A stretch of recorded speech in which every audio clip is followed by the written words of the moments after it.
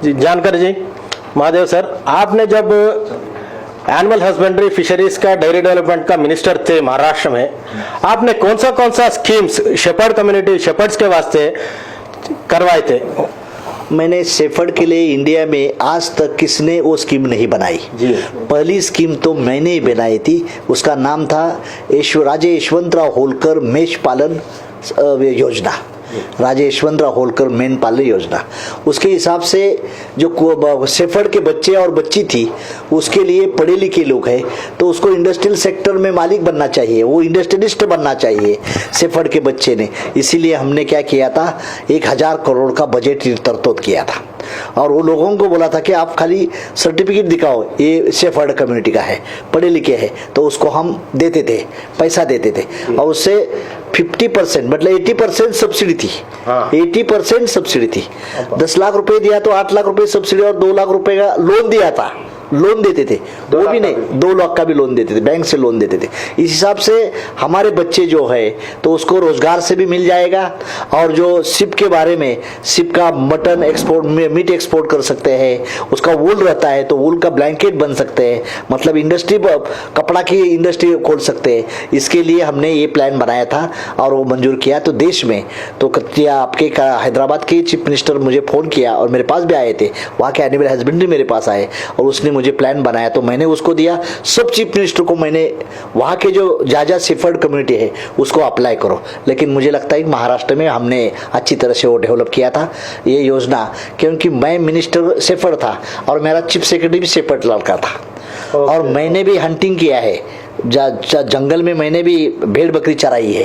अच्छा। ऐसा तो मुझे मालूम था कि ये समाज को कैसा आगे लेके जा सकता है, इसीलिए मैंने योजनाएं बनाई थी और मुझे वहाँ के चीफ मिनिस्टर देवेंद्र फडणवीस ने बहुत सहयोग किया था।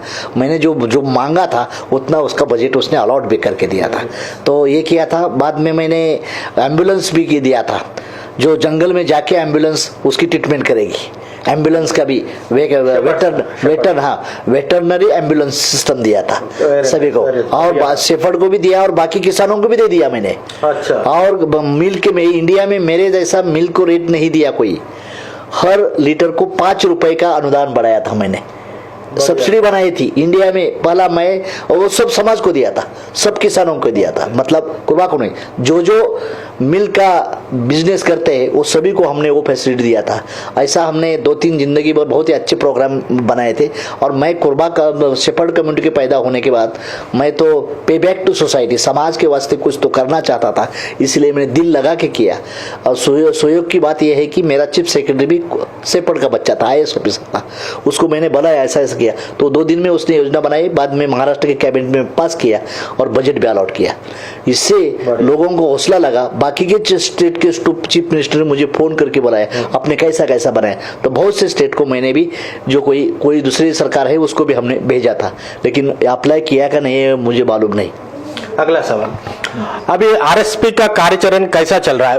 परसों हाल ही में यूपी में जो इलेक्शंस हुआ था, अभी गुजरात में भी नगर पालिका में आपका भी कॉर्पोरेटर्स है, अच्छी बात है, वहाँ पे 2 मेयर भी बने हैं, राष्ट्रीय समाज पक्ष है, आपको बधाई हो, गुजरात में आपका भी 2 मेयर बन चुके हैं। अभी RSP का क्या है आगे का? मेरा ये हौसला है कि पहली नेशनल पार्टी बनना चाहिए। अभी इस देश में Congress, BJP, TMC, CPM, CPI इतना ही नेशनल पार्टी है जी।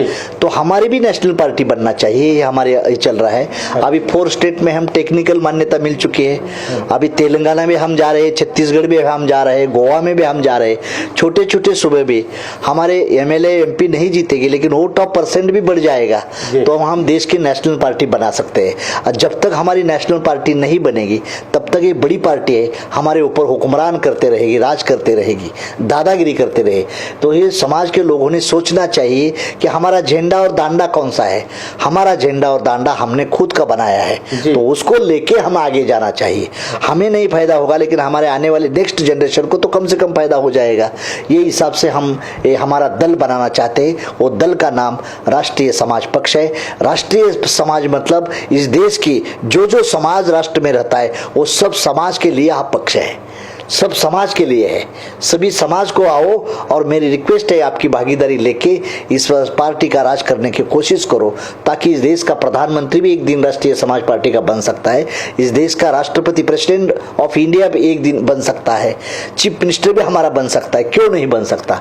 लेकिन हमारे जनता के युवा के अंदर जाके उसको मॉनिटरिंग करने के बाद उसको जागरूक करने के लिए हम घूम रहे। इंडिया में हम ऐसे लाकी सागर जैसा हमारे राष्ट्रीय के नेशनल प्रेसिडेंट बहुत ही अच्छे हैं, सुशील कुमार है उत्तर प्रदेश से, प्रसन्न कुमार है केरला से। वो प्रसन्न कुमार तो टोडी टॉपर है, वो टोडी टॉपर समाज से, सब समाज के लोग हैं, बीसी में सब समाज के लोग हैं। गुजरात का हमारा तो प्रेसिडेंट पंडित है, ब्राह्मण है, सब समाज को हम ले रहे हैं। तो मेरी आपको रिक्वेस्ट है कि मुसलमान के मेरे कारपोरेटर है, जिला पंचायत में मुसलमान है, दलित के लोग मेरे हैं, मेरे पास है, ओबीसी के लोग एमएलए है, ठाकुर के मतलब लोग एमएलए है मेरे पास। तो सब मेरा फोटो लगा के, मेरा सिंबल लेके वो एमएलए बन सकता है। तो हमारे लोगों ने हमारा दल बोल के आपके माँ के ऊपर प्यार करना चाहिए। माँ काली है इसीलिए नहीं है, हेमा मालिनी कितनी भी अच्छी होने दो, लेकिन माँ के ऊपर ही हमने प्यार करना चाहिए। हम जब तक लोग हमारे पार्टी को अपनाते नहीं और दूसरे समाज को भी हम नजदीक नहीं ले सकते, भाई बंधु के हिसाब से उसको लेना चाहिए, उसको बताना चाहिए हमारी आइडियोलॉजी है। तुम और हम एक जगह आएंगे तो ये स्टेट का भी एमपी हम बनेंगे, एमएलए हम बनेंगे, हम चीफ मिनिस्टर बनेंगे, गवर्नर हम बनेंगे, ऐसा हमारा ये है। जी, महाराष्ट्र में एंटी का अभियान कब चालू हुआ था और उसमें आपका योगदान क्या है? जब हम कॉलेज के लाइफ में थे तब वो सन 91, 92, 93 1991 हाँ, उस वक्त बहुत ये आंदोलन बड़ा चल रहा था कि एसटी की मांग थी शेफर्ड कम्युनिटी की, लेकिन एसटी की तो नहीं मिली, वो ओरिजिनल मांग में एनटी में दिया। गवर्नमेंट मजबूर हो गई और देन के बाद जो मुझे लगता है कि शरद पवार चीफ मिनिस्टर थे उस वक्त एनटी का डेलीगेशन पास हो गया। 90 के पास वो रिजर्वेशन मिल चुका था। अभी तेलंगाना में एनटी का कुछ जरूरत समझते आप? हाँ, नहीं मिलेंगे तो समाज आगे आना चाहिए, वो भी आंदोलन एजुकेशन चलेंगे, तब हम पार्टी के हिसाब से मदद करेंगे। लेकिन मैं अभी एक समाज का नहीं तो सब समाज को साथ में लेके पार्टी चलना चाहता हूँ। तो इस हिसाब से, और जब ये यहाँ के शेफर्ड लोगों ने डिमांड किया तो हम समर्थन देंगे उसको। ऐसा कोई, ये तो हमारी रियली मांग है, वो लोगों को भी मिलना चाहिए।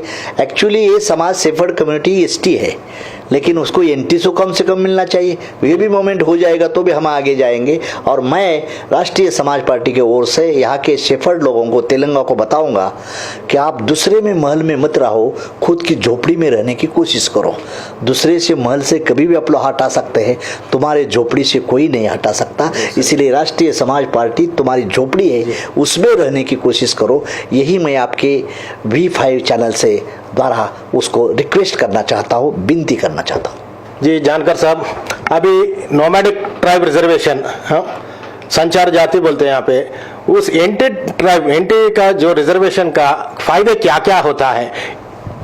मैं आपको बताना चाहता हूँ, महाराष्ट्र में एनटी के बारे में शेफर्ड कम्युनिटी को लड़के मेडिकल MBBS MS हो गए, DYSP हो गए, डिप्टी कलेक्टर हो गए, तहसीलदार हो गए, क्लास 1, क्लास 2, सुपर क्लास 1 तक बहुत अच्छे जगह गए।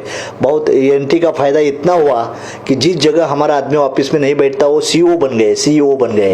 बहुत अच्छे फायदा है। तो एनटी का फायदा बहुत है। अभी हर जगह जाएंगे तो MS और MD डॉक्टर को शेफर्ड मिल रहा है। हर जगह tehsildar, deputy collector, additional collector, CEO shepherd की कम्युनिटी मिल रहा है। तो एनटी का फायदा बहुत समाज को मिला है, बहुत समाज को फायदा हो रहा है। हम पढ़े लिखे नहीं थे, संधि नहीं थी, लेकिन ये मौका एनटी के बदौलत आज हम एजुकेशनली बहुत फॉरवर्ड हो चुके हैं। सबसे ज्यादा लड़के IAS IPS के ऊपर भी जा रहे हैं। IAS IPS को ज्यादा फायदा नहीं है, लेकिन वो बन रहे हैं। यहाँ तेलंगाना में मेरे गांव का एक शेफर्ड का बच्चा अभी IAS बोल के कलेक्टर बन के आया है। वरंगल डिस्ट्रिक्ट शायद मुझे लगता है, वहाँ का जो कलेक्टर है वो शेफर्ड कम्युनिटी का है, सतारा का है, मेरे डिस्ट्रिक्ट का IAS बन गया है। तो बहुत से लड़के एनटी की फैसिलिटी मिलने के बावजूद शेफर्ड कम्युनिटी को बहुत ही फायदा हुआ है। इस हिसाब से डिप्टी कलेक्टर, DYSP, तहसीलदार, MD, MS, engineer, executive engineer, ये सब पोस्ट में टॉप बेयर किया है। तो beneficiaries of the nomadic tribe for the shepherd community is very good opportunity.